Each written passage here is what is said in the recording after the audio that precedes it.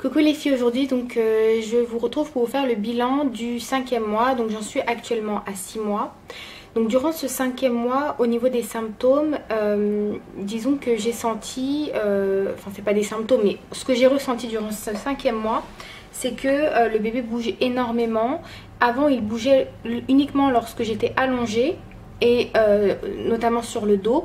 Maintenant il bouge quand je suis sur les côtés et quand je suis debout. Donc ça c'est un peu perturbant quand vous faites la vaisselle, quand vous faites à manger, quand vous travaillez, que vous êtes debout. C'est assez perturbant de la sentir bouger. J'ai également eu au milieu du 5e mois d'énormes douleurs.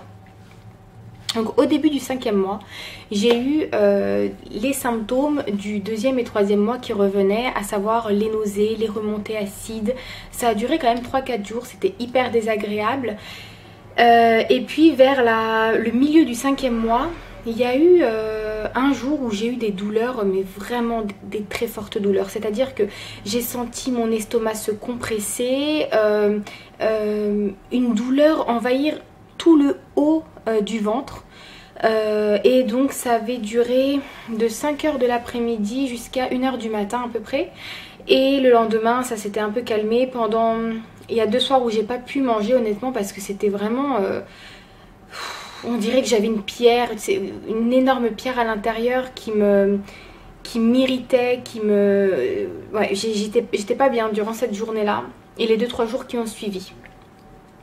Et suite à ces douleurs là en fait le lendemain mon ventre, je vais pas dire qu'il a doublé de volume, mais il a pris la forme d'un ventre d'une femme enceinte, puisque avant j'avais plus l'impression d'être grosse comme avant quoi. Et là j'ai vraiment vu, le ventre d'une... Pardon, j'enlève mes chaussures. Oui, le ventre d'une femme enceinte. J'ai également eu mon rendez-vous à l'hôpital parce que comme vous savez je suis suivie, enfin pour celles qui ne savent pas en fait je suis suivie à l'hôpital tous les mois par une sage-femme, puisque à la base j'étais suivie en cabinet mais je payais des dépassements d'honoraires, donc ça va une fois mais pas 10 000 fois, je peux pas faire ça tous les mois. Et donc du coup je me suis mis à l'hôpital avec une sage-femme. Donc les 2 premières fois je trouvais que le rendez-vous servait à rien parce que la maternité n'est pas à côté de chez moi. Il faut quand même 50 minutes, 40 minutes de transport minimum. Et c'était tellement rapide, c'est-à-dire que je lui ramenais les résultats parce qu'en fait je ne suis pas immunisée contre la toxoplasmose. Donc tous les mois je fais des prises de sang et le test d'urine. Et donc du coup... je devais lui ramener à chaque fois ces résultats-là. Elle vérifiait mon col, vérifiait mes examens et salut, à la prochaine. Donc ça durait à peine 5 minutes. Et j'ai eu mon rendez-vous, donc cette semaine c'était mardi. Et c'était avec une nouvelle sage-femme qui elle va me suivre jusqu'à la fin de ma grossesse. Et ça a duré 40 minutes. Donc j'ai été choquée de la différence de délai. Et il s'avère...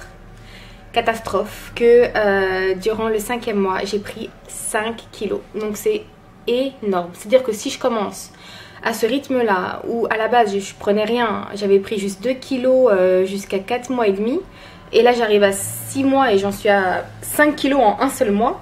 Donc en gros là, si vous voulez, au début de ma grossesse j'étais à 63, maintenant j'en suis à 69. Si je continue comme ça je vais facilement prendre 20 kilos à la fin de ma grossesse. Et j'ai rien compris parce que pourtant je mange toujours comme d'habitude. Mais c'est vrai que je fais des écarts dans le sens où je mange... On va dire que mes assiettes sont plus remplies, c'est vrai. Et je mange beaucoup de chocolat. Donc le chocolat c'est quoi? C'est 4 lions par jour. Donc le matin j'en prenais 2, un au goûter, un le soir après manger. Et surtout les cornflakes au chocolat. C'est à dire que moi en fait quand je me fais des cornflakes, c'est quand j'ai un creux vers 16 h. Je me contente pas juste d'un bol de lait avec des cornflakes. C'est-à-dire que je vais mettre des cornflakes jusqu'à ce que mon lait se termine. Donc je peux me resservir facilement 3-4 fois comme ça. Et donc elle m'a dit que c'était à cause de ça en fait. Des sucres rapides. Donc que j'avais grossi. Et elle m'a donné rendez-vous chez un diététicien. Franchement hein, ça m'a... franchement j'étais choquée parce que je me suis pas rendu compte de cette prise de poids. Et puis c'est marrant parce qu'une fois qu'elle m'a dit que j'avais pris 5 kilos, je me suis aperçue que c'est vrai qu'au niveau des hanches, j'ai l'impression d'être plus grosse. Parce qu'elle se colle. Alors qu'avant, elle se collait pas, il y avait un petit écart. Mais ouais, il va falloir que je fasse attention parce que j'ai pas envie de prendre 20 kilos à la fin de ma grossesse. Moi, je m'étais fixé un objectif de 15 kilos maximum. Mais là, je crois que... Voilà. Donc, depuis le début de la grossesse, du coup, j'ai pris 64, 65, 66, 67, 68, 6 kilos. À 6 mois. Donc elle m'a dit que c'était pas bien, que je devais prendre rendez-vous avec la diététicienne pour réapprendre à manger. Et ensuite, qu'est-ce qu'elle m'a dit d'autre? Donc elle m'a dit qu'il y a une artère du bébé qui ne fonctionne pas. Une artère qui fonctionne, une artère qui fonctionne mal. Mais que c'était pas très grave parce que pareil à ce stade-là, bon voilà... Tant qu'il y en a une qui fonctionne, voilà, le bébé peut s'alimenter normalement. Donc elle m'a expliqué que c'était l'artère reliée au placenta, c'est ce qui lui sert pour se nourrir en fait. Donc il y en a une artère où ça passe mal, une artère où ça passe correctement. En ce qui concerne le fait que le bébé était trop maigre, comme m'avait dit l'échographe, elle m'a dit que qu'elle comprend pas pourquoi il a dit ça. Donc non, elle a un poids normal. Et elle a encore mesuré le fémur. Et donc le médecin me disait que l'échographe m'a dit qu'elle était dans la moyenne. Et elle n'est pas dans la moyenne, hein.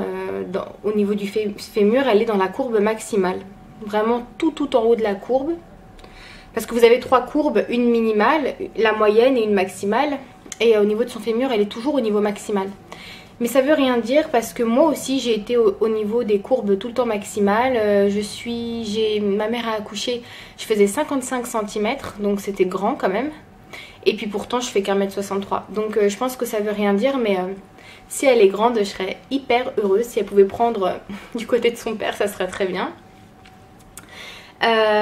Donc voilà, rien à signaler à ce niveau-là. Et donc je commence les cours de préparation à l'accouchement avec elle. À partir de... Parce que pareil, on peut prendre des cours... Pardon. On peut prendre des cours de préparation à l'accouchement avec des sages-femmes libérales, mais là aussi il y a des dépassements d'honoraires.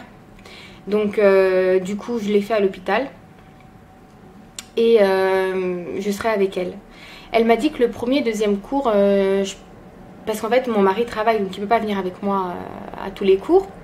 Elle m'a dit que c'était important qu'il vienne au 3e et 4e. Donc comme c'est le matin, tôt, bon je dis à mon mari qu'il essaye de faire son planning par rapport aux 2 derniers cours. Et ma prochaine écho sera le 2 novembre. Voilà, tout ce que je peux vous dire. Donc ce 5e mois, en conclusion, j'ai ressenti des douleurs.